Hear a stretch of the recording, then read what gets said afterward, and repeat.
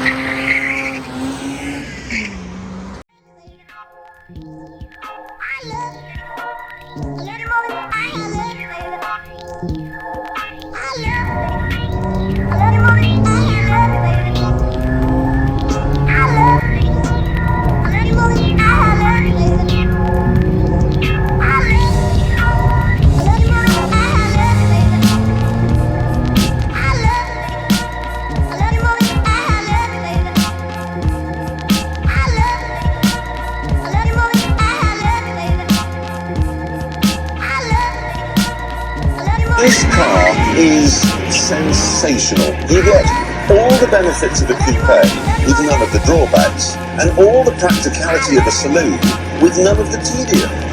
Of all the cars I've driven this year, I'm pretty sure this one is the best.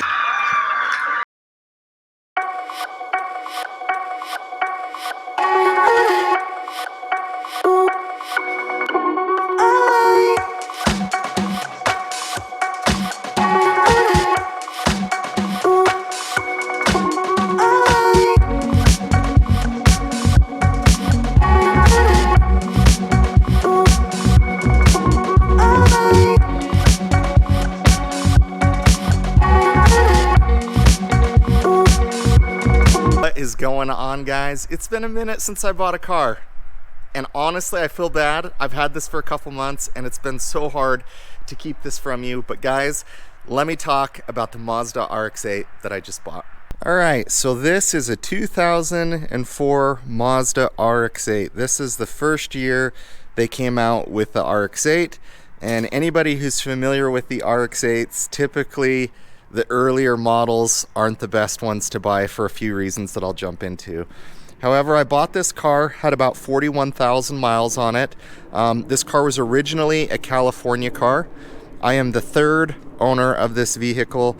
I bought it from a college student that was just going to college down in Provo. And it was funny when I went to check this car out. You know, I drove it, never driven a Rotary before, and I loved it. And this is a car that I've always loved, especially in this Velocity red color. I just think this car has always looked sharp, and I think it's just aged really well throughout the years. But after the test drive, when I drove this car, I noticed underneath that it was leaking oil. And after all of the issues I had with my 3000 GT, I was like, no way am I buying this. And you know, I shared with him, hey man, it's leaking oil, and you know, it was underneath the air box. So he took it into Mazda, and come to find out, he had overfilled it with oil, and it went into the air filter, and it was just pouring out. So I had Mazda do a complete inspection of this car, double check everything. You know, with these cars, what you have to be very careful with, and I'll dive into the specifics of what makes the Rotary engine so unique, but you really want to make sure that these cars have good compression. You know, when they lose their compression, it's time for a motor rebuild. And so how you really look at compression on these cars, if you're not going to test it, one surefire way to really try and test the compression is to drive the car and then do what they call a hot start, meaning the car is hot, start it up. If it doesn't want to start, if it's really sluggish and hard to start, you might have a problem. So let's talk a little bit about the Rotary engine and what makes it so special. So for those of you guys that don't know, Mazda for the early years, you know, they used a Rotary engine. And let me share with you guys this. So obviously the RX8 is the predecessor to the RX7, which was famous in Fast and the Furious. It was the car that Vin Diesel drove. Obviously that one was turbocharged, had a sequential turbo in it. But let me share with you guys what makes this car so special. And since we're talking about the engine, let's show you guys the engine bay. So this has a 2 Rotary engine. I believe it's the Winkle rotary engine. It's a 1.3 liter, so it has two rotary engines in this car. It's a 1.3 liter. The manual transmissions put out more than the automatic transmissions in terms of horsepower. This puts out just over 230 horsepower, and it has like 168 pound-feet of torque. So it's really not going to throw you back in your seat. You're not going to win any straight line races. What makes these cars so special is the 50-50 weight distribution. These cars are a track machine, they're a cornering machine, and they're a blast to drive. So inside the engine isn't your typical piston type engine. They have these Dorito looking things that they inject oil into them, and it goes round and round and round and round, and they're very high revving engines. So these rev out to 9,000 RPM, and they're very high revving. They want to be revved out. In fact, one of the things in the owner's manual says that you need to rev these out on a daily basis to 9,000 RPM to clear out the carbon, to clear out everything else. So this is a very unique design.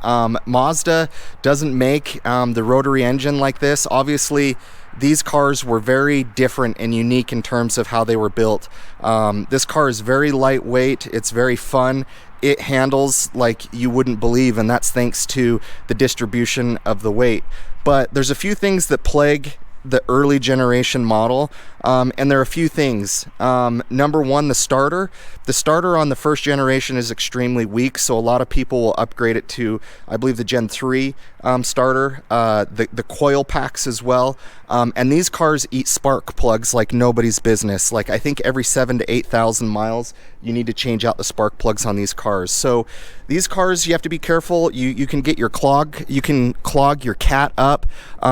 You really are trying to keep inside that rotary housing. You want to keep it well lubricated, well oiled, because if you don't, the apex seals will dry up and then you'll lose your compression. So I actually, with this car, every time I fill it up with gas, and especially on these early generations because they only have two ports that inject oil into the rotary housing, I actually pre-mix oil into my gas every time I drive it, and I made sure that the previous owner did that too, and that just keeps everything lubricated inside this engine.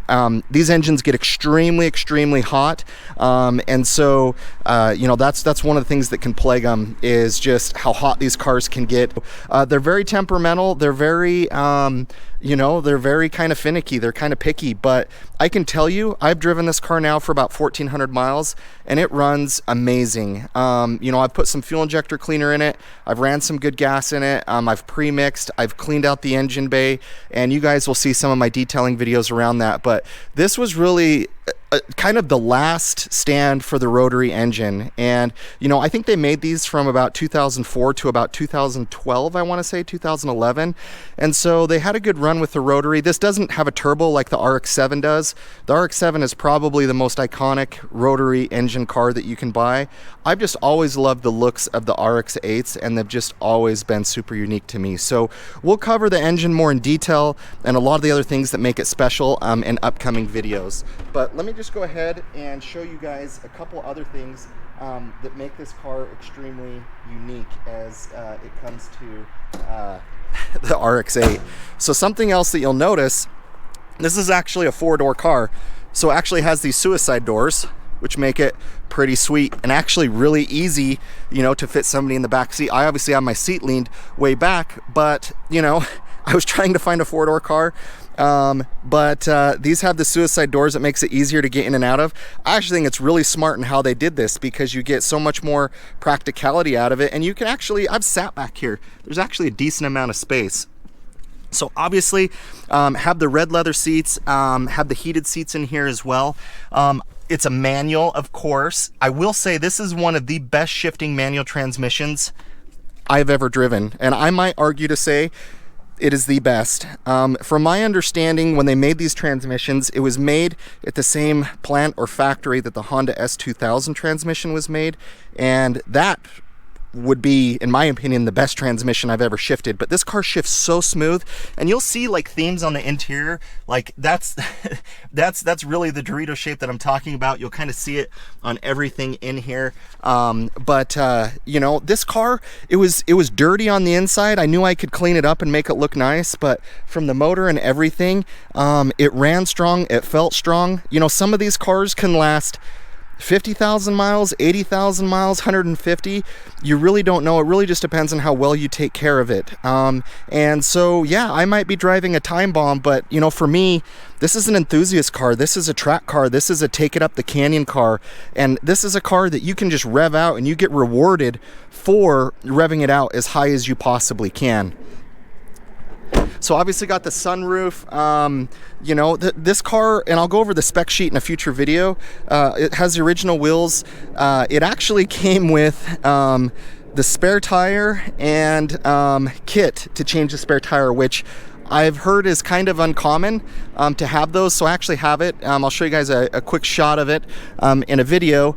But the car's not perfect, but I would say for a 2004, it's pretty dang good. You know, I'm eventually with this car gonna change out the wheels. You know, I want to put some different rotors on it. Want to clean up the headlights, different exhaust, but I really just want to keep this kind of maybe OEM plus, because I think it looks so sharp how it is, and this is a color that I've wanted for a long time. I do want to repaint this back bumper as well as the front bumper. I can tell that they've sprayed it, and they didn't do a very good job on it. Whoever did it is just kind of cheaply done. So those are some things that I'll be doing to it.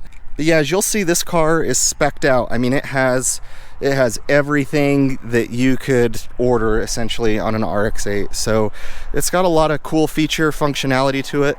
Let me jump on the inside and start it up for you guys just so you can kind of see. The big thing with these cars too is you never want to start these cars and turn them off.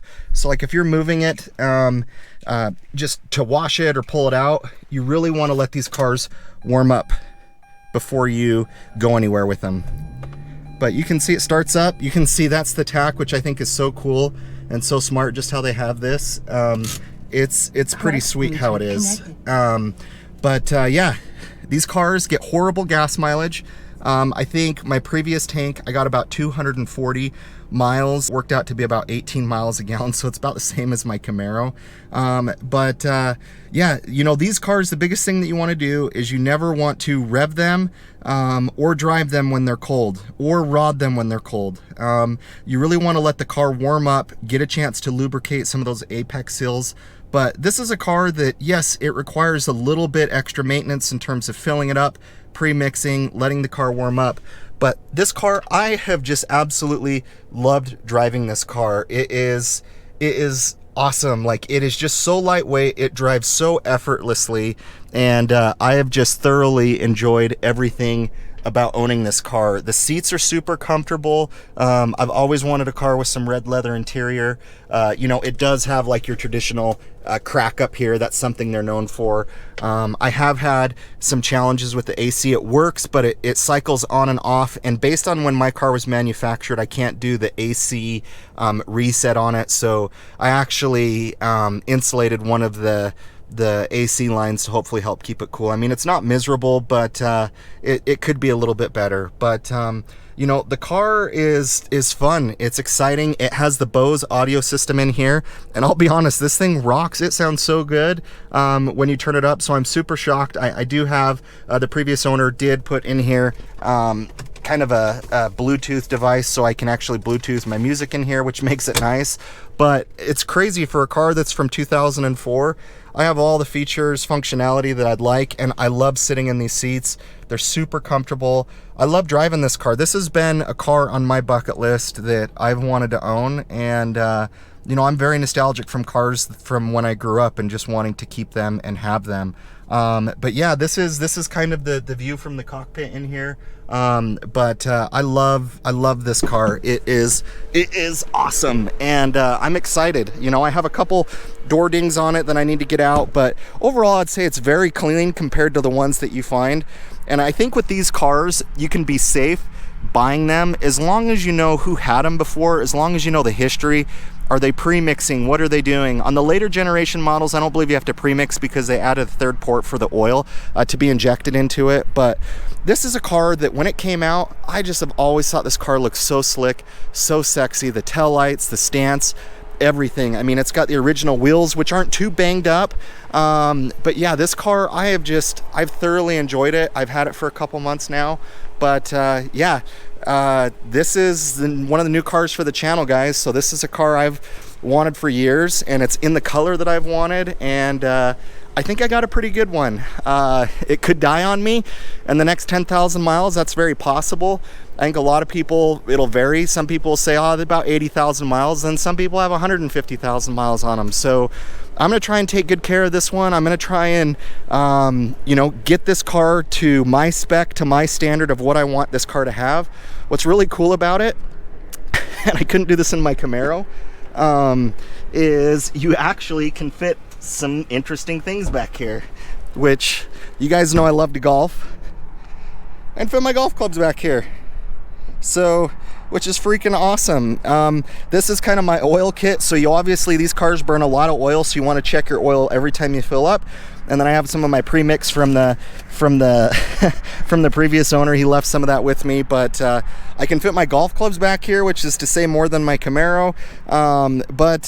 You know, there's several things that can happen. These headlights, you can leak back here. But guys, I'm super stoked about this car. I hope you guys enjoy this car and the content that I'm going to make with it, because these cars truly got a bad rap.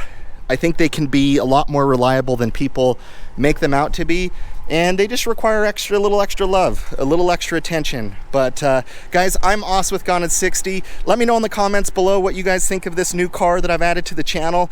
Let me know if you guys are excited about it. Let me know what kind of videos you guys would like to see, but I have a whole lot of content planned for this. Thank you guys so much for watching. Please like, comment, subscribe. Catch you on the next one.